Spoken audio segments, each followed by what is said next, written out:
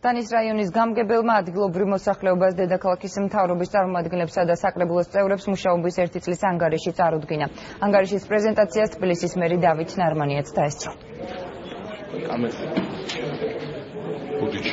ქუთაის რაიონი ერთ-ერთი ყველაზე დიდი რაიონია და შესაბამისად ძალიან ბევრი მოსახლე ყავს, რომელსაც ჩვენი აქტიური მხარდაჭერა ჭირდება. სწორედ ამიტომ ქუთაის ბიუჯეტი ყველაზე მეტია იმისათვის, რომ ამ პრობლემებს და გამოწვევებს გაუმკლავდეს. 2015 წლის განმავლობაში ქუთაისში ძალიან ბევრი შიდა კვარტალური გზები გაკეთდა, მოიწყო სათამაშო მოედნები, სკვერები.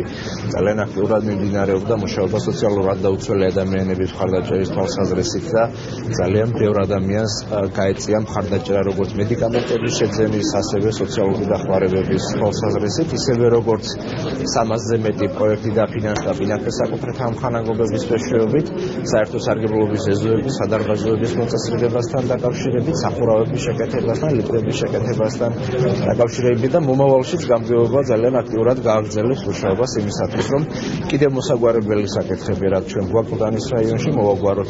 ერთი წელი იყო დობის, პატივისცემის და რა თქმა გამოწვევის წელი, ისე როგორც ჩვენი მთავრობის ყველა ის წელი, რომელსაც ხელისუფლებაში ყოფნის წელი ერქვა. რაც შეეხება გდანში მინდა ვთქვა, რომ ყველა მიმართულებით შესრულებები გვაქვს 100%-იანი, ეს იმას ნიშნავს, რომ ვალდებულება სრულად არის შესრულებული.